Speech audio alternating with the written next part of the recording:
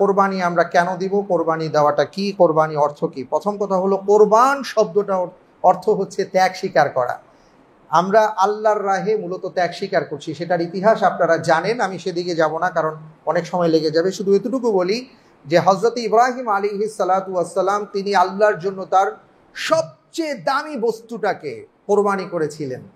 আর সেই দামি জিনিসটার নাম ছিল তার কলিজার টুকরো সন্তান, যাকে তিনি ৮৬ বছর শুধু আল্লাহর কাছে দোয়া করেছেন, রব্বি হাবলি মিনাস সালিহিন, আল্লাহ আমাকে একটি সুসন্তান তুমি দান করো। ৮৬ বছর পরে দোয়ার ফসল হিসাবে যে ইসমাইল আলাইহিস সালামকে আল্লাহ তাআলা দিয়েছেন, সেই ইসমাইল আলাইহিস সালাতু ওয়াস সালামকে আল্লাহ তাআলা বলেছেন কোরবানি করার জন্য। এটা চারটিখানি কোরবানি নয় ভাই, আপনি আমি কল্পনাও করতে পারবো না যে এটা কত বড় কোরবানি তিনি করেছিলেন। কিন্তু তিনি যখন কোরবানি করার জন্য মিনা প্রান্তরে তাকে নিয়ে গিয়েছেন আল্লাহ রাব্বুল আলামিনের পক্ষ থেকে, তখন বলা হয়েছে, আইয়া ইব্রাহিম কদ সাদ্দাক্তার রুইয়া ইন্না কাযালিকা নাজজিল মুহসিনিন, তুমি যে নিয়তের বাস্তবায়ন করার জন্য তোমার কলিজার টুকরো সন্তানকে নিয়ে এসছো মিনার প্রান্তরে, কোরবানি জবাই করার প্রস্তুতি নিয়েছো, ব্যাস তুমি পাশ করেছো। আমি এটাই দেখতে চেয়েছিলাম যে তুমি আল্লাহর বিধান কিভাবে কায়েম করার ক্ষেত্রে তোমার সর্বোচ্চ ত্যাগ করতে পারো, তুমি পাশ করেছো। সুবহানাল্লাহ। আল্লাহ রাব্বুল আলামিনের কাছে আমরা দোয়া করি, আল্লাহ এত বড় কোরবানি আমাদের কাছ থেকে নিয়েন না, আমরা সেই পরীক্ষায় পাশ করতে পারবো না। আর যদি আপনি আমাদের উপর পরীক্ষা নেন, তাহলে যেন পাশ করতে পারি সেই তৌফিক আপনি আমাদেরকে দান করে দেন, আল্লাহুম্মা আমিন। তো কোরবানির মূল অর্থটা হচ্ছে ত্যাগ স্বীকার করা। আপনি আপনার অর্থনৈতিক খরচ করবেন, ত্যাগ স্বীকার করবেন, একটা পশুকে আপনি লালন পালন করে জবাই করবেন, এই বিষয়গুলোর মধ্যে একটা ত্যাগ আছে, একটা মায়া আছে। কেমন এই বিষয়টাই আল্লাহ তাআলা চাচ্ছেন। আমরা অনেকেই আছি যে কোরবানির পশু ঈদের দিন কেনাকাটা করি, তারপরে আইনাই জবাই করে দিই। আবার অনেকে আছি যে কোরবানির পশু আমরা ঠিক মতন দেখিও না। অনেকে আছি যে লালন পালন তো দূরের কথা, নানা দিক থেকে আমরা আসলে এই পশুর প্রতি আমাদের কোনো প্রেম জন্ম নেয় না। তো সবচেয়ে ভালো হলো যে পশুটাকে যদি আপনি ২-৪ দিন আগে নিয়ে একটু যত্ন আত্তি করতে পারেন, তাহলে যেটা হবে সেটা হলো এটার প্রতি একটা মায়া আপনার জন্ম নিবে। এই বিষয়টা আল্লাহ রাব্বুল আলামিন চান। তো ভাই আমরা চেষ্টা করবো ইনশাআল্লাহ তাআলা সেইভাবে কোরবানি করার। আল্লাহ তাআলা আমাদেরকে তৌফিক দান করুন, আমিন। কোরবানি কারো মতে ওয়াজিব, কারো মতে সুন্নাহ। রাসূল সাল্লাল্লাহু আলাইহি ওয়াসাল্লাম বলেছেন যে যার কোরবানি করার সামর্থ্য আছে কিন্তু সে কোরবানি করলো না, সে যেন আমাদের ঈদগাহে না আসে, একটা হাদিসে এসছে। সেই কারণে ইমাম আবু হানিফা আলাইহির রাহমা তিনি বলেন এই হাদিসের কারণে যে কোরবানি করাটা ওয়াজিব, কোরবানি করতে হবে। আবার যেহেতু আল্লাহ সুবহানাহু ওয়া তাআলা কোরআনুল কারীমের মধ্যে বলেছেন যে এটা ইব্রাহিম আলাইহিস সালাতু ওয়াস সালামের সুন্নাহ, সেই কারণে আবার একদল ইসলামিক স্কলার বলেন যে কোরবানি করাটা সুন্নাহ। তো মূল বিষয়টা হলো যে আমরা কোরবানি যাদের সামর্থ্য আছে আমরা কোরবানি করব ইনশাআল্লাহ তাআলা। আর কোরবানির পারিভাষিক অর্থটা হচ্ছে, অর্থাৎ শরিয়ার পরিভাষায়, জিলহজ মাসের ১০, ১১, ১২ তারিখের মধ্যে অনুমোদিত পশু আল্লাহ সন্তুষ্টির জন্য জবাই করা। ১০, ১১, ১২ তারিখ মাগরিবের আগ পর্যন্ত আমাদের সময় সুযোগ আছে, এর মধ্যে আমরা কোরবানি করব। কেউ ১৩ তারিখটাকেও ইনক্লুড করেছেন।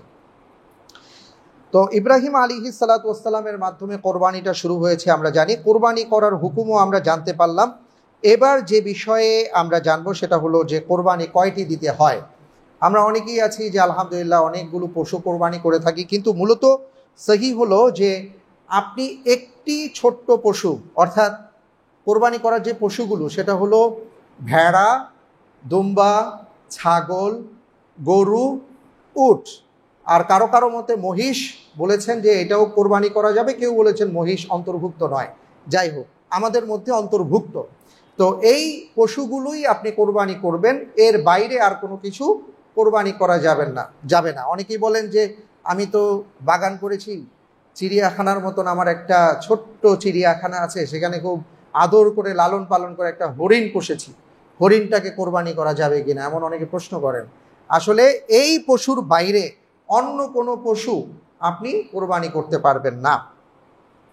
তো এই পশুগুলোর মধ্যে আপনি যদি চান তাহলে একটা পশু কোরবানি করলেই আপনার পক্ষ থেকে কোরবানি আদায় হয়ে যাবে, সেটা হোক ছাগল, দুম্বা, ভেড়া অথবা উট, গরু, যাই করেন না কেন। যদি বড় পশু হয় তাহলে আপনি একাকি দিতে পারেন, আবার চাইলে সর্বোচ্চ বড় পশুর মধ্যে 7টা ভাগ করা যায়, সেই 7 ভাগের 1 ভাগও আপনি করতে পারেন। কোরবানি করার সময়সীমা সেটা আমরা আগেই জেনেছি যে 10 তারিখ থেকে 12 তারিখ পর্যন্ত, 13 তারিখটা কেউ কেউ ইনক্লুড করেছেন। কোন সময় থেকে কোরবানি করব? যেই এলাকাতে আমরা ঈদের নামাজ পড়ি, ঠিক আছে, যেই এলাকায় আমরা ঈদের নামাজ পড়ি, ঈদের নামাজের পরই মূলত কোরবানি করার সময় শুরু হয়ে যায়। যদি বিষয়টা এমন হয় যে আপনি থাকেন ধানমন্ডি কিন্তু কোরবানি করবেন গাইবান্ধাতে, তাহলে ধানমন্ডির ঈদের নামাজ দিয়ে আপনার কোরবানি করলে হবে না। আপনার গাইবান্ধায় যখন কোরবানি ওই ঈদের নামাজ হবে তারপরে আপনাকে কোরবানি করতে হবে। এই হলো সিস্টেম। আপনি আমেরিকায় আছেন, আপনি বাংলাদেশে কোরবানি করবেন, বাংলাদেশের যে অঞ্চলে যে এলাকায় যখন ঈদের নামাজ হবে এরপরে কোরবানি করতে হবে। একটা প্রশ্ন আসে, অনেকেই জিজ্ঞেস করেন যে রাতের বেলা কোরবানি করা যাবে কিনা। মূলত কোরবানি করার সর্বোত্তম সময়টা হচ্ছে 10ই জিলহজ, ঈদের নামাজের পর থেকে। ঈদের নামাজের পর থেকে 10ই জিলহজ তখন হলো কোরবানি করার সর্বোত্তম সময়। কিন্তু যদি আপনার মনে হয় যে রাতের বেলা আপনার জন্য ভালো হয়, তাহলে আপনি রাতেও কোরবানি করতে পারবেন, কিন্তু আলোর ব্যাপারটা যেন আমরা নিশ্চিত হয়ে নেই যে এখানে যেন কোনো সমস্যা না হয়। এই হলো মূল বিষয়। তারপরে আমরা যেটা জানবো সেটা হলো যে পশুর বয়স কত হতে হবে। আমরা অনেক সময় দাঁত নিরূপণ করি। উটের ক্ষেত্রে 5 বছর, উটের ক্ষেত্রে 5 বছর হতে হবে। গরু মহিষের ক্ষেত্রে 2 বছর হতে হবে। আর ছাগল, ভেড়া, দুম্বা এগুলোর ক্ষেত্রে 1 বছর হতে হবে। কিন্তু দুম্বার ক্ষেত্রে এবং ভেড়ার ক্ষেত্রে বলা হয়েছে, বিশেষ করে দুম্বার ক্ষেত্রে, যে যদি 6 মাসে দেখা যায় 1 বছরের মতন হৃষ্টপুষ্ট হয়ে গেছে সেটাকেও দেওয়া যাবে। তো অনেকে এটার জন্য দাঁত দেখে থাকেন। আমরা শুনেছি যে 2 বছর হলে নাকি দাঁত উঠে, এই জন্য সবাই 2 দাঁত খোঁজে, ন্যূনতম 2 দাঁত। ঠিক আছে এটা, কিন্তু যদি এমন হয় যে হ্যাঁ ওর 2 বছর হয়ে গেছে কিন্তু দাঁত উঠে নাই, এটাও হতে পারে, এতে সমস্যা নাই, আপনি কোরবানি দিতে পারবেন। তারপরে হলো ত্রুটিযুক্ত পশু কোরবানি করা যাবে কিনা। সেটা হলো যে এমন যদি কোনো ত্রুটি থাকে, এমন কোনো দোষ থাকে, আপনি যে পশুটাকে দেখতে গেলেন, দেখা গেল এটা এতটাই তার পায়ের সমস্যা যে হাঁটতেই পারে না, ঠিক আছে, পাটা পুরোপুরি সে উঠিয়ে রাখে, অথবা একেবারে অতিশয় রোগাশোগা একটা পশু, অথবা অন্ধ, দেখে না, বা গোড়া থেকে একেবারে মাথার গোড়া থেকে তার শিং উপড়ে ফেলা হয়েছে, ভেঙে গেছে গোড়া থেকে, এটা দোষ বলে আখ্যায়িত করা হয়েছে। অথবা একটা কান নাই, কান কাটা, এই জাতীয় পশুর ক্ষেত্রে বলা হয়েছে এগুলা দোষ, এই জাতীয় পশু কোরবানি করা যাবে না। অর্থাৎ মূল বিষয় হলো আপনি আল্লাহর রাহে কোরবানি করবেন, সুতরাং সেই পশুটা যেন সুন্দর একটা পশু হয় সেই বিষয়টা আমাদের খেয়াল রাখতে হবে। এই ক্ষেত্রে একটা প্রশ্ন চলে আসে যে আমাদের কিছু পশু এমন আছে আমরা দেখেছি যেগুলো নানা কারণেই দেখা যায়, যেটাকে ওই যে খাসি বলা হয়, খাসি করা হয়, তো এটাও এক ধরনের দোষ কিনা? না, এটা দোষের আওতাভুক্ত হবে না। আপনি পশুটা ক্রয় করে ফেলেছেন, তখন দেখেননি কোনো দোষ ছিল, যে তখন এটা লক্ষ্য করেননি, কিন্তু ক্রয় করার পরে আপনি দেখলেন যে হায় হায় এটা তো একটা দোষ ছিল, আমি তো লক্ষ্য করি নাই, তখন কি হবে? অথবা আপনি যখন কিনেছেন, কেনার পরে নিয়ে এসছেন, বাসায় গাড়ি থেকে নামাবেন, নামতে গিয়ে পশুটা পড়ে পাটা ভেঙে ফেললো, এমন হতেই পারে, তাহলে কি হবে?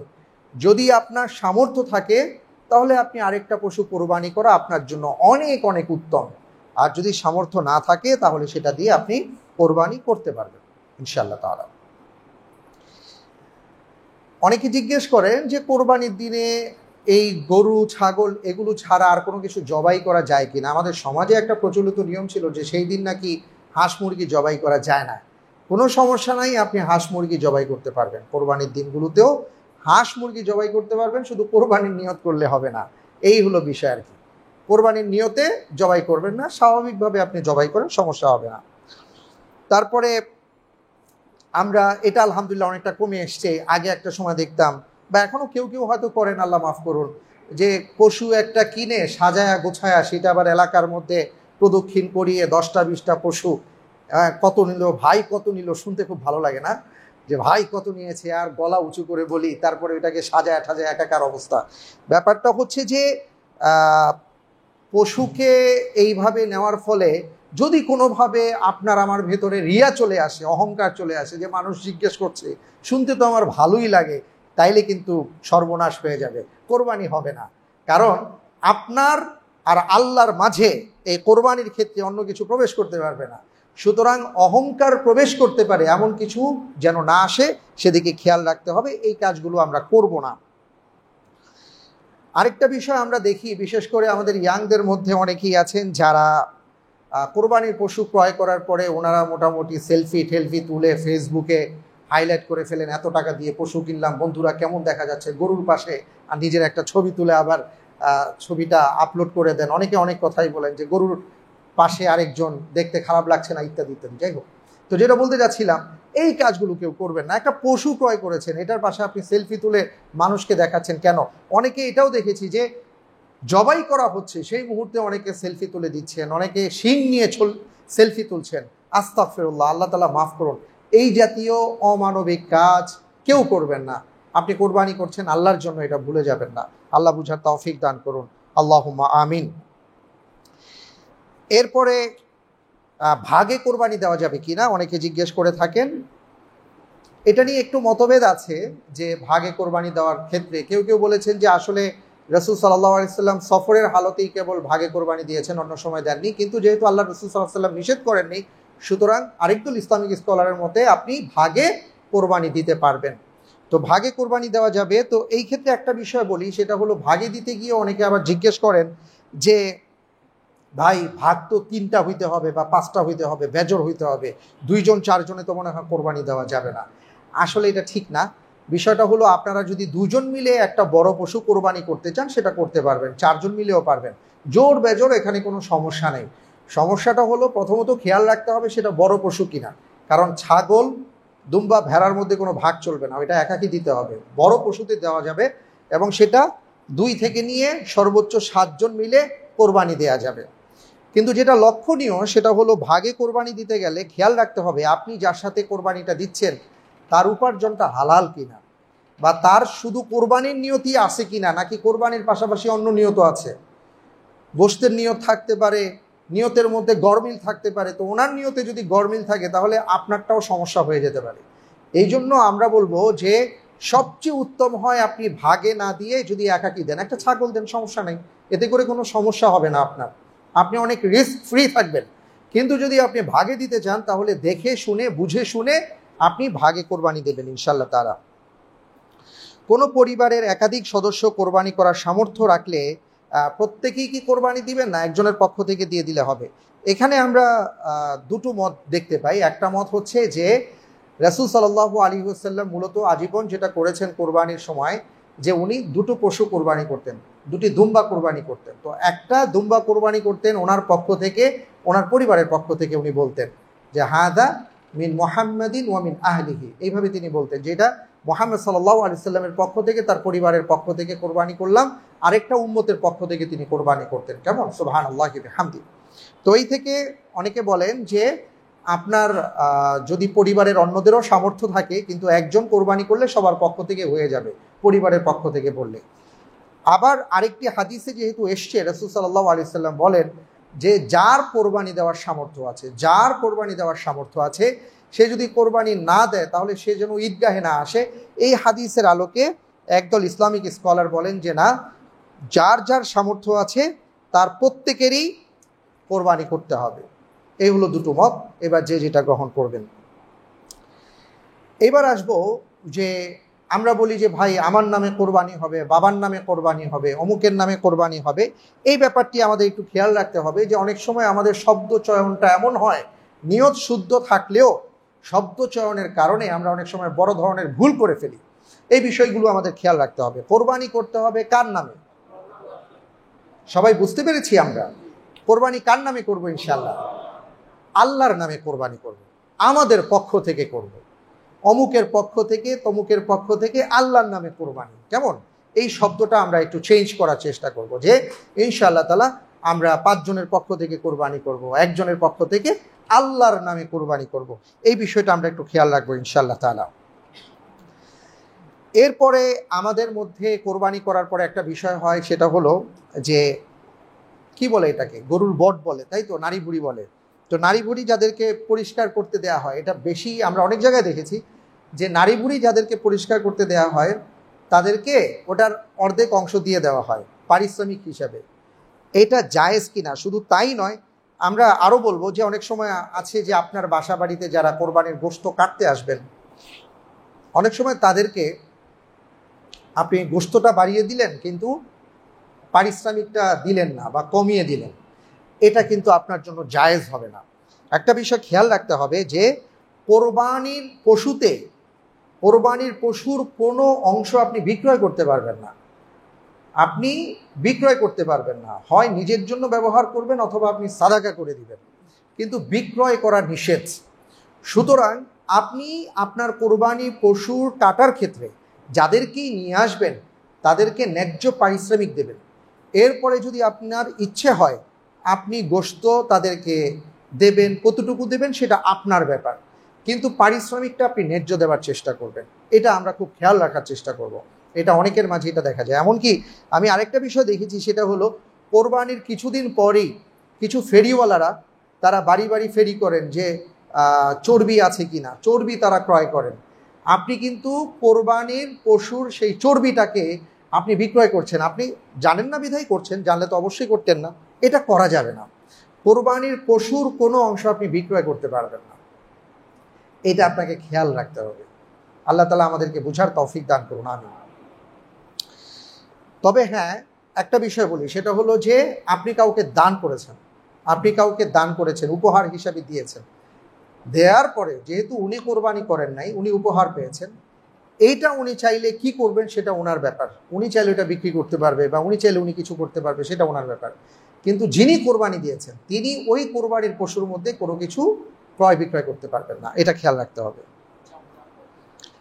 চামড়ার যে প্রশ্নটা চলে আসে যে কোরবানির চামড়াটা আমরা তাহলে কি করব। আমি একটু আগে একটা কথা বলেছিলাম যে হয় আপনি নিজে ব্যবহার করবেন অথবা আপনি দান করে দিবেন। এখন স্বাভাবিকভাবে যেটা প্রশ্ন এসে দাঁড়ায় যে চামড়াটা তো একটা বড় জিনিস, এটা আমরা অনেকে ব্যবহার করতে জানি না, তা আমরা কি করব। আবার আমরা ব্যবহার যেহেতু করতে জানি না, তো অনেক সময় দেখা যায় যে পুরো চামড়াটা একজনকে দেয়া যায় না। যদি পারেন পুরো চামড়াটাই কোনো প্রতিষ্ঠানকে, যারা চামড়া নেবেন অর্থাৎ নিয়ে যারা কাজে লাগাবেন, এতিমদের পেছনে কাজে লাগাবেন, নানা ক্ষেত্রে যারা ভালো কাজে লাগাবেন, আপনি ওনাদেরকে দিয়ে দিতে পারেন। এটা সবচেয়ে আপনার জন্য উত্তম, পুরো চামড়াটা দিয়ে দেন, এটা ভালো হবে। তারপরে যদি সেটা না চান, আপনি যদি একান্তভাবে চান যে না এটাকে আমি কয়েকটা ভাগে ভাগ করে নানা মানুষের মাঝে বিতরণ করতে চাই, তাহলে আপনার জন্য জায়েজ হবে যে আপনি সেটা বিক্রয় করতে পারবেন। তবে এটার চাইতে অনেকাংশে উত্তম হলো এটা সাদাকা করে দেওয়া। বুঝতে পেরেছেন? জি, জাযাকুমুল্লাহ খায়র। এরপরে রাসূল সাল্লাল্লাহু আলাইহি ওয়াসাল্লামের পক্ষ থেকে কোরবানি করা যাবে কিনা এটা অনেকেই বলেন, এবং আমরা অনেকেই দেখেছি যে নাম করার ক্ষেত্রে আল্লাহ রাসূল সাল্লাল্লাহু আলাইহি ওয়াসাল্লামের নামটা দেয়া হয়। হ্যাঁ, এটা আপনি পারবেন ইনশাআল্লাহ তাআলা। রাসূল সাল্লাল্লাহু আলাইহি ওয়াসাল্লামের পক্ষ থেকে আপনি কোরবানি করতে পারবেন, কারণ আল্লাহ রাসূল সাল্লাল্লাহু আলাইহি ওয়াসাল্লাম উম্মতের পক্ষ থেকে কোরবানি করেছেন, এবং সেই ক্ষেত্রে তিনি বলেছেন যারা উপস্থিত আছে যারা উপস্থিত নেই উভয়ের পক্ষ থেকে আমি কোরবানি করলাম। সেই কারণে আপনি চাইলে মনের ভালোবাসা থেকে আল্লাহ রাসূল সাল্লাল্লাহু আলাইহি ওয়াসাল্লামের পক্ষ থেকেও কোরবানি করতে পারবেন। তারপরে হলো একটা গরুতে মনে করেন যে 7 ভাগ, এখন আপনারা করলেন যে 10 জন মিলে কোরবানি করবেন, তাহলে কি হবে? না, এটা কিন্তু হবে না। এটা যেটা করতে হবে যে ওই 10 জন 7 জনকে অর্থটা দিয়ে দিলেন, ওই মূলত 7 জনের পক্ষ থেকেই মূলত কোরবানিটা হবে, এবং 7 জনই সমভাবে ওনারা শরিকানায় থাকবেন। এরপরে কি করবেন সেটা পরের বিষয়, কেউ হাদিয়া দিয়ে দিলে পরেরটা পরে। কিন্তু ওই অনেক সময় দেখা যায় অনেকে চিন্তা করে যে ঠিক আছে 10 জন মিলে একটা গরু আমরা জবাই করে ফেলি। এটা বিশেষ করে বিদেশে দেখা যায় আর কি, শ্রমিক ভাইদের মধ্যে ওনারা 8 জন 10 জন মিলে তখন ওই গোশতের জন্য অনেক সময় এই কাজটা করে থাকেন, হঠাৎ করে পশুর দাম কমে যায়। তো এটা আমরা কেউ করব না। এরপরে আমি যেটা বলবো সেটা হলো যে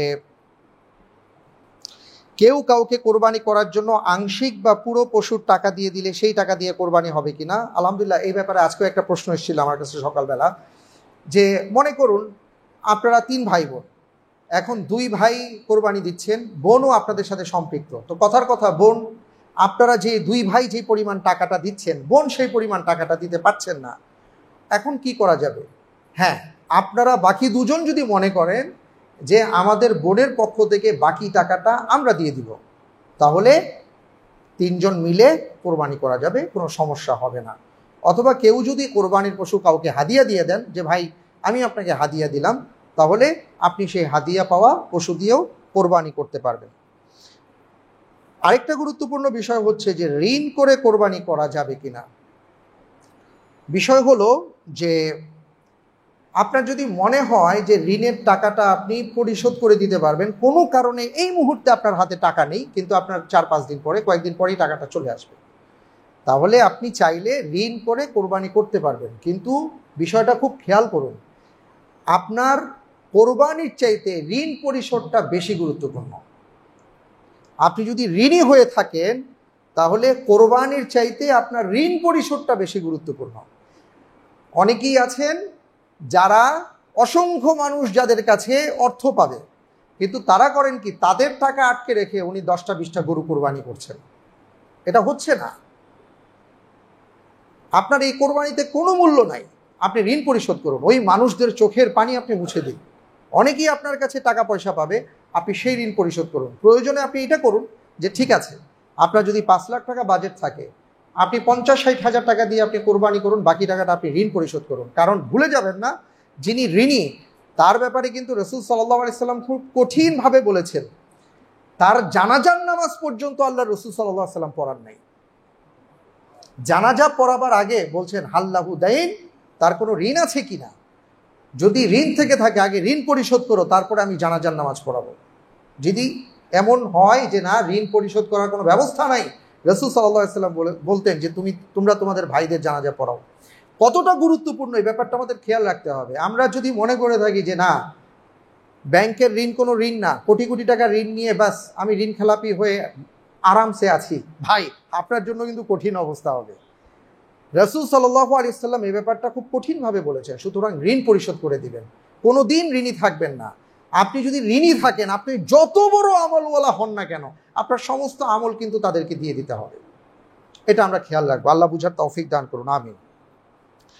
এরপরে আরেকটি বিষয় হলো যে আমরা অনেক সময় দেখি সামনে কোনো অনুষ্ঠান আছে, কেমন বিয়ে শাদী আছে, তো ওই উপলক্ষকে কেন্দ্র করে দিলাম একটা গরু, যে গোশত যা আছে সব রাইখা দিয়া বিয়ের মধ্যে কাজে লাগাবো। আপনার নিয়তের মধ্যে যদি গোশত থেকে থাকে আর বিয়ে শাদী থাকে, তাহলে কিন্তু কোরবানি হবে না। আপনাকে কোরবানি করতে হবে আল্লাহর সন্তুষ্টির জন্য, মাঝখানে আর কোনো কিছু আনা যাবে না। এটা খুব ভালোভাবে এটা ভাই মনের মধ্যে গেঁথে নেন। কারণ আমরা অনেকেই আছি, কারণ বিয়ে শাদীগুলো কোরবানির পরপর বেশি বেশি হয়, এই কারণে অনেকে আবার এই চিন্তা ভাবনা করেন। এই চিন্তা ভাবনাগুলো আমাদের দূর করে দিতে হবে। কোরবানির পশুকে আমরা কিভাবে শোয়াবো এটা একটু আমরা জেনে নেই। সেটা হলো সবচাইতে উত্তম হলো, মুস্তাহাব হলো যে কোরবানির পশুটাকে এইভাবে শোয়াবো যে তার পাটা দক্ষিণ দিকে থাকবে, তার পাটাকে আমরা দক্ষিণ দিকে রাখবো, আর মাথাটাকে শোয়ানোর পরে এমনভাবে ছুরি চালাবো যাতে ছুরিটা আমার কেবলামুখী হয়, ঠিক আছে? তো এইভাবেই মূলত আমরা কোরবানির পশুটাকে জবাই করব। এখন অনেককেই আমরা দেখি সেটা হলো যে কোনো না কোনোভাবে পশুকে শুইয়ে ফেলা হয়েছে, বিশেষ করে পিচ ঢালা পথে, পিচ ঢালা রাস্তার মধ্যে আপনি শুইয়ে ফেলেছেন একটা বড় পশু, এখন তাকে আরেকভাবে শুইয়ে ফেলেছেন। শোয়ানোর পরে হেঁচড়ে টেনে ধাক্কা দিয়ে মেরে এটাকে নিয়ে আপনি ওইভাবে সাইজ করছেন, এটার কোনো দরকার নেই। তাহলে আপনি যেভাবে আছে ওইভাবেই আপনি বিসমিল্লাহি আল্লাহু আকবার বলে কোরবানি করে দেন, এতে হয়ে যাবে ইনশাআল্লাহ তাআলা। কিন্তু আপনি যে পশুটাকে এইভাবে কষ্ট দিচ্ছেন, এটা আপনার জন্য মোটেও সমীচীন হচ্ছে না। এটা খেয়াল রাখতে হবে। আপনি শোয়াবেন ওইভাবে যে যাতে করে পাটা দক্ষিণমুখী হয়ে যায়, হ্যাঁ, তারপরে আপনি কোরবানি করে দিবেন। এরপরে হলো কোরবানির সময় শরীকদের নাম নেওয়া জরুরি কিনা। বিষয়টা হলো যে যিনি কোরবানি করবেন, আমরা এটাও খুব খেয়াল করার বিষয়, সেটা হলো যে যখন আমরা কোরবানি করা হয়, ওইটাকে পশুটাকে শুইয়ে রাখার পরে ভালো করে বেঁধে ঠেদে এবার হুজুরের কাছে দিছি নাম পড়ার জন্য। তো হুজুর মাশাল্লাহ কেরাতের সাথে নাম পড়তেছেন, অমুক সাহেব, ওনার বাবা অমুক, ওমার দাদা অমুক, আবার অমুক সাহেব, পড়তে পড়তে গরুর অবস্থা খারাপ, পশুর অবস্থা খারাপ। এইটা আসলে এমন খুব জরুরি কিছু না, কেমন?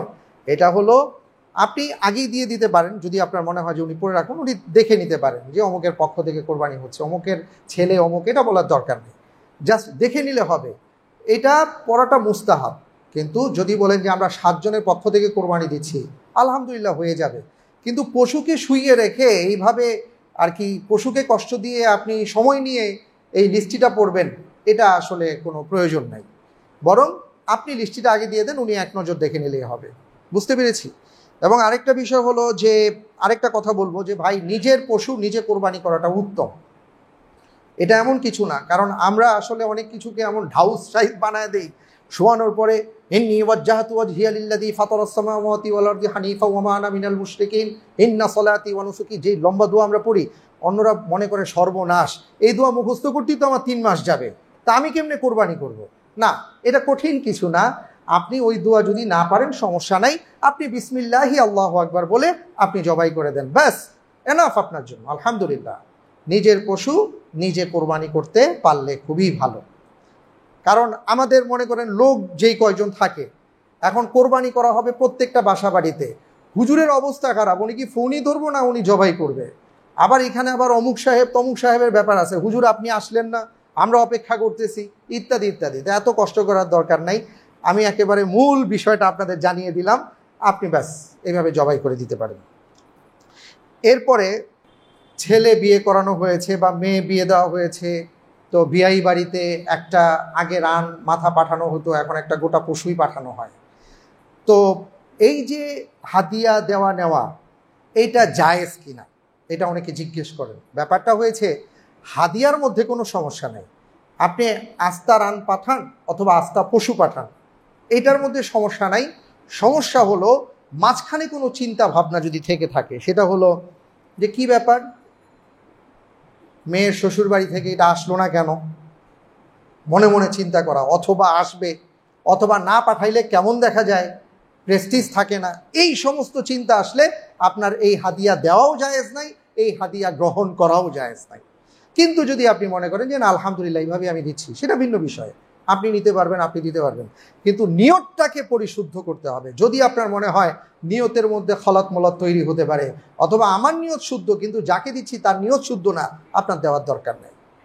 অথবা আপনার যদি মনে হয় যে আমার নিয়ত শুদ্ধ, আমি গ্রহণ করতে পারি, কিন্তু যিনি দিচ্ছেন তার নিয়ত শুদ্ধ না, আপনি গ্রহণ করবেন না। আপনি সসম্মানে ওটাকে বলবেন যে বিআই সাহেব রেখে দেন, পরবর্তীতে দেখা যাবে ইনশাআল্লাহ তাআলা।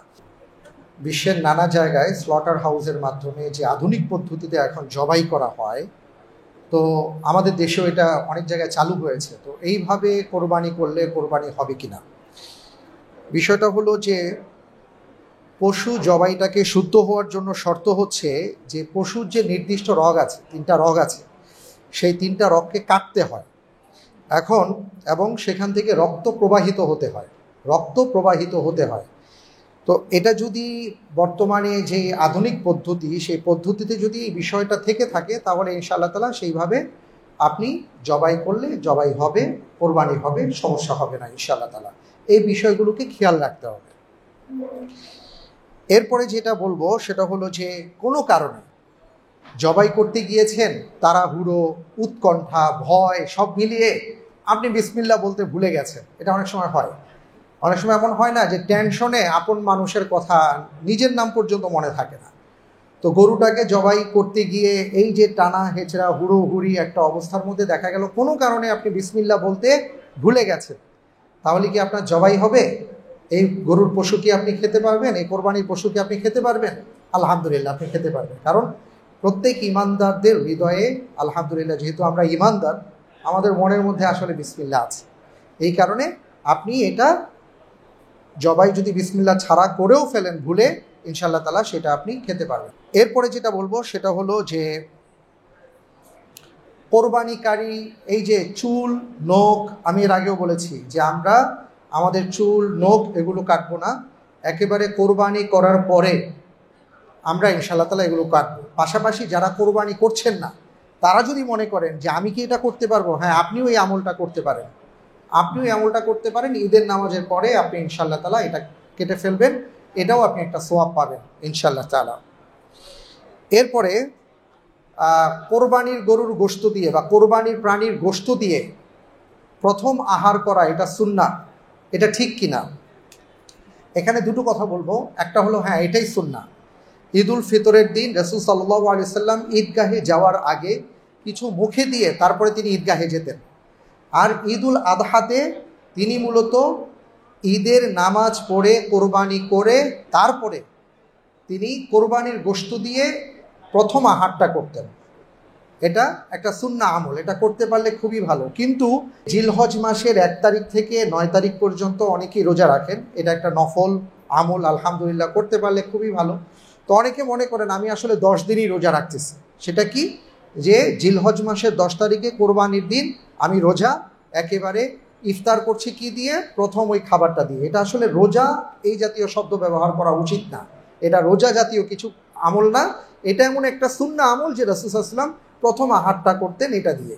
সুতরাং এটাকে যেন আমরা রোজা বানিয়ে না ফেলি, অনেকেই শব্দটা আমরা ব্যবহার করে থাকি। এরপরে আমাদের গ্রাম অঞ্চলে অনেক জায়গায় দেখেছি আমি, আমার নিজের চোখে দেখা, যে কোরবানি করার পরে যে প্রথম রক্তটা প্রবাহিত হয়, এটা অনেকে ওনারা স্বাস্থ্যের জন্য মনে করেন উপকারী, অনেকে অনেক রোগের নাকি নিরাময়যোগ্য, এই জন্য অনেকে সেই রক্তটা সংগ্রহ করেন, অনেকে খেয়ে ফেলেন। নাউজুবিল্লাহ, এটা হারাম। রক্ত খাওয়াটা হারাম, আল্লাহ তাআলা হারাম করে দিয়েছেন রক্তকে। সুতরাং এই জাতীয় কোনো কাজ করা যাবে না, হারাম জিনিস দিয়ে আপনি চিকিৎসা করবেন না। সুতরাং এই কাজ যদি আপনার সামনে কেউ করে, আপনি তাকে বাধা দিবেন, বুঝায় দিবেন যে এটা করা যাবে না। এরপরে আরেকটি হলো যে, পাশাপাশি আরেকটু বলি যে অনেকেই আছেন যে গরুর শিং, খুর দেখবেন কোরবানি হওয়ার পরেও অনেক জায়গায় ঝুলায় রাখে, অনেকভাবে এটা ব্যবহার করে। এই সমস্ত কিছু করা যাবে না, এগুলো কুসংস্কার, ইসলাম এগুলোকে সাপোর্ট করে না। কোরবানির পশু জবাই হওয়ার পরে কতক্ষণ আমরা অপেক্ষা করব, কোন সময় থেকে আমরা চামড়া ছিলা শুরু করব, এই ব্যাপারটা খুব গুরুত্বপূর্ণ। আমরা দেখি যে অনেক সময় বিশেষ করে প্রফেশনাল কসাই যদি আমরা নেই, তো কোরবানি করার পরে জবাইটা হওয়ার পরে দেখা যায় যে যিনি জবাইটা করেছেন তার কাছ থেকে অনেক সময় ছুরিটা নিয়ে উনি আরও কিছু জবাই করে মাঝখানে ঘাই ঠাই দিয়ে একাকার করে ফেলেন। এটা করা যাবে না, এটা অমানবিকতা। একটা পশুকে আপনি জবাই করেছেন, এতক্ষণ অপেক্ষা করেছেন, তা আরেকটু অপেক্ষা করতে পারবেন না ভাই, এত তাড়াহুড়ো কিসের? সুতরাং কসাইদের হয় কি, ওই দিন যারা এই জাতীয় কাজগুলো করেন তারা কয়েকটা কাজের টেন্ডার নেন, হ্যাঁ, অনেকগুলো খ্যাপ নেন। তো দেখা যায় কোনটা রেখে কোনটা কত তাড়াতাড়ি যাওয়া যায়, এটার জন্য তাড়াহুড়ো করতে থাকে। আপনারা তাদেরকে তাড়াহুড়ো করতে দিবেন না। পশুর প্রাণ পুরোপুরিভাবে না যাওয়া পর্যন্ত, দমটা শেষ না হওয়া পর্যন্ত আমরা কেউই চামড়া ছিলব না। এটা খুব একটা গর্হিত অপরাধ, এটা অমানবিক। রাসূল সাল্লাল্লাহু আলাইহি ওয়াসাল্লাম এটা খুব ভয়াবহভাবে নিষেধ করেছেন। এবং দমটা যেন তাড়াতাড়ি চলে যায়, এটার জন্য দেখা যায় যে হাতে পায়ের রক তাড়াতাড়ি ইয়ে করে দেয়, ছিলে দেয়, পরে এখানে বারবার গাই করে। এগুলো করা যাবে না, এগুলো নিষেধ। এই বিষয়গুলো আমরা খেয়াল রাখবো। আরেকটা গুরুত্বপূর্ণ প্রশ্ন হচ্ছে কোরবানি এবং আকিকা একসাথে করা যাবে কিনা। বিষয়টা হচ্ছে অনেকটা এই ধরনের যে ইসলামে দুটো অপশন আমাদেরকে দিয়েছে। একটা অপশন হলো, মনে করুন যে আপনি বাজারে গিয়েছেন, একেবারে টাটকা মাছ পেয়েছেন, কেমন মাত্র ধরে নিয়ে আসা হয়েছে, আপনি টাটকা মাছটা কিনেছেন, কিনেই বাসায় গিয়ে রান্না করে খেয়েছেন।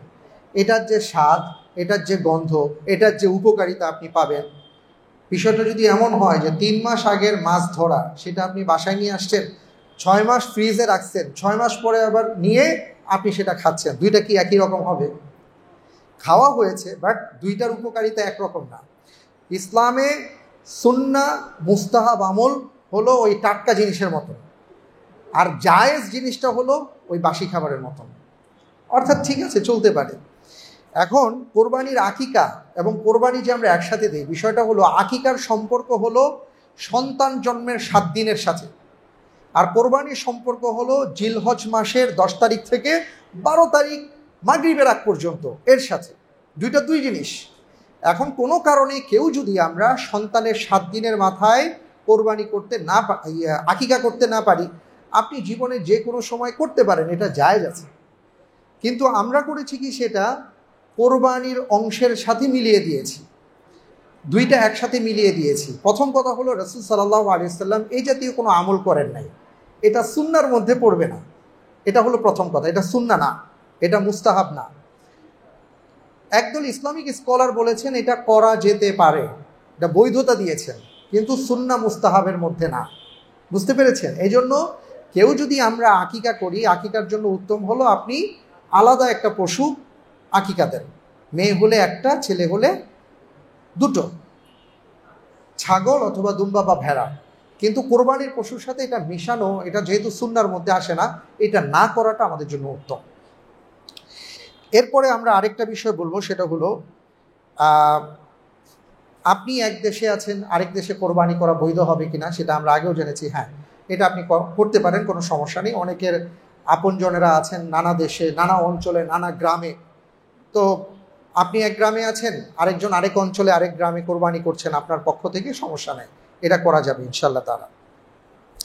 যেমন আলহামদুলিল্লাহ এমন অনেকেই আছেন আমাদের ভাইদের মধ্যে, আমি জানি যে ঢাকাতে আমরা আছি, হয়তো সাতক্ষীরাতে কোরবানি হচ্ছে, দুস্থ মানুষের জন্য নানা জায়গায় কোরবানি হচ্ছে। এমনকি আপনারা জেনে খুশি হবেন যে আমাদের কিছু ভাইরা নিয়ত করেছেন যে মিশরে পর্যন্ত তারা কোরবানি দেবেন বাংলাদেশি ছাত্রদের জন্য, আলহামদুলিল্লাহ। তো এটা করতে পারবেন, কোনো সমস্যা নেই। ওই খেয়াল রাখতে হবে যে কোরবানিটা কখন হবে, সেটা হলো ওই অঞ্চলে, যে অঞ্চলে কোরবানি হবে সেই অঞ্চলের নামাজ হওয়ার পরে। যদি আপনি কোরবানির পশু ক্রয় করলেন কিন্তু কোনো কারণে আপনি কোরবানির দিনের মধ্যে কোরবানি করতে পারলেন না, 10 তারিখ থেকে 12 তারিখ, কারো মধ্যে 13 তারিখ, এর মধ্যে আপনি কোরবানি করতে পারলেন না, এটা কি হবে? এই পশুটার কি হবে? এই পশুটা আসলে আপনি আর ব্যবহার করতে পারবেন না, এটা কোনো দুস্থ গরিবদের মাঝে এটা আপনি সাদাকা হিসাবে দিয়ে দেবেন। যদি কোনো কারণে আমরা কোরবানির পশু ক্রয় করার পরে কোরবানির এই সময়ের মধ্যে কোরবানি করতে না পারি, সেটা আর আমার জন্য হালাল হবে না। এরপরে যেটা বলবো সেটা হলো যে কোরবানির গোশতের বন্টন। ওলামায়ে কেরামের মত হচ্ছে, কোরআনে কারীমের আয়াত অনুযায়ী ফাকুলু মিনহা ওয়া আত'ইমুল কানিআ ওয়াল মু'তার, ফাকুলু মিনহা ওয়া আত'ইমুল বাঈসাল ফাকির, অর্থাৎ তুমি খাও, যারা ফকির মিসকিন আছে তাদেরকে দাও, তোমার আপনজনদেরকে দাও। এই জন্য কোরবানির গোশত আপনি যতটুকু পাচ্ছেন সেটা 3টা ভাগ করা মুস্তাহাব, 3টা ভাগ করা মুস্তাহাব। আপনি যদি চান তাহলে এটাকে আরও কম বেশি আপনি করতে পারেন, কিন্তু যদি আপনি শরিকানায় দিয়ে থাকেন, ঠিক আছে। একটু বলে রাখি, অনেক ভাইরা আছেন কোরবানি একাকি দিচ্ছেন, কিন্তু একাকি দেওয়ার পরেও দেখা যায় 3টা ভাগ না করা পর্যন্ত ওনারা ওই গোশতটা রান্নাও করতে দেন না। এটা আসলে ঠিক না। আপনি যদি একাকি কোরবানি করে থাকেন তাহলে যেটা করবেন, কোরবানি হয়ে যাওয়ার সাথে সাথে যখন চামড়াটা ছিলা শেষ হবে, কিছু গোশত তাড়াতাড়ি আলাদা করে কেটে রান্না করার জন্য পাঠিয়ে দেন, কারণ ওটা দিয়ে আপনি খাবেন, এটা সুন্নাহ, সমস্যা হবে না ইনশাআল্লাহ তাআলা। বুঝতে পেরেছেন? আর যদি ব্যাপারটা এমন হয় যে শরিকানায় আপনারা কোরবানি করছেন, তাহলে শরিকানায় কোরবানি করলে এটা যদি যেই কজন শরিক আছেন তারা যদি সাপোর্ট দেন যে হ্যাঁ আমরা একটা কাজ করি, প্রথমে আমরা 5-6 কেজি গোশত আলাদা করে ফেলি, এটা রান্না হয়ে যাক, একসাথে খাই, সবার যদি এখানে অংশগ্রহণ থাকে, সন্তুষ্টি থাকে, তাহলে এটা করা যাবে। নয়তো গোশতগুলো সম্পূর্ণ আলাদা করে ভাগ করে দিতে হবে, যার যার ভাগে যতটুকু পড়েছে সেটা আমরা করে নিব। কম বেশি যদি কিছুটা হয় সেটা একে অপরের যদি সন্তুষ্ট চিত্তে হয়ে থাকে তাহলে কোনো সমস্যা হবে না। এরপরে হলো যে আমাদের অনেক জায়গায় আমি দেখেছি যে সমাজের ভাগ বলে একটা ভাগ আছে, হ্যাঁ, যে আপনি যদি কোরবানির গোশত যখন বন্টন করেন তখন আবার সমাজের একটা ভাগ আলাদা করতে হয়। এটা যদি সবার সন্তুষ্টিতে হয়ে থাকে, যে সবাই এটাকে সাপোর্ট দিয়েছে, এটার মাধ্যমে দুস্থ মানুষের মাঝে কোরবানির গোশতটা বন্টন হবে, সবার যদি সন্তুষ্ট থাকে আপনি সেটা করতে পারবেন। কিন্তু যদি আপনার সন্তুষ্টি এতে না থাকে তাহলে কেউ আপনার কাছ থেকে জোর করে এই কাজটা করতে পারবে না, কারণ কোরবানি দাতা কোরবানি গোশতের ক্ষেত্রে তিনি স্বাধীন, তাকে কোনো ব্যাপারে জোর করা যাবে না। এরপরে হলো যে আপনার আশেপাশে কোনো অমুসলিম আছে, এখন আপনি চিন্তা করলেন যে এটা তো কোরবানির গোশত, অমুসলিমদের মাঝে কি এটা আমি হাদিয়া দেব, তাদেরকে দেওয়াটা জায়েজ হবে কিনা। আলহামদুলিল্লাহ, আল্লাহর পক্ষ থেকে আপনি উপহার স্বরূপ পেয়েছেন। আপনি যদি মনে করেন যে এখান থেকে কাউকে সামিল করবেন, গোশতের ঝোল বাড়ায় দিতে রাসূল সাল্লাল্লাহু আলাইহি ওয়াসাল্লাম বলেছেন, অর্থাৎ মেহমানদারি করতে বলেছেন, সেই আলোকে আপনি যদি মনে করেন যে আপনার পাশে বিধর্মী আছে কিন্তু এই হাদিয়া পাঠালে তিনি খুশি হতে পারেন, তাহলে আপনি তার বাসায় হাদিয়া পাঠাতে পারবেন, সমস্যা হবে না ইনশাআল্লাহ তাআলা। অথবা আপনি তাকে খাওয়াতেও পারবেন, কোরবানি গোশত থেকে মেহমানদারি করতে পারবেন। আমাদের আরেকটা কথা হলো যে অনেকে বলে থাকেন যে কোরবানির গোশত 3 দিনের বেশি রাখা যাবে না, এটা অনেকে বলে থাকেন। এই ব্যাপারে বলি, একটা সময় রাসূল সাল্লাল্লাহু আলাইহি সাল্লামের যুগে দুর্ভিক্ষ দেখা দিয়েছিল, এই জন্য রাসূল সাল্লাল্লাহু আলাইহি সাল্লাম বলেছেন যে তুমি কোরবানি করার পরে কতটুকু গোশত রাখো যাতে করে তুমি 3 দিন চলতে পারো, বাকি যা আছে এগুলো বিলি করে দাও, যেহেতু দুর্ভিক্ষ চলছে, মানুষের কষ্ট হচ্ছে, সবাই মাঝে বিলি করে দাও। কিন্তু এখন সে অবস্থাটা না, আলহামদুলিল্লাহ। এই কারণে আপনি কোরবানির গোশত আরও বেশি দিন রাখতে পারবেন, এটা কোনো সমস্যা হবে না।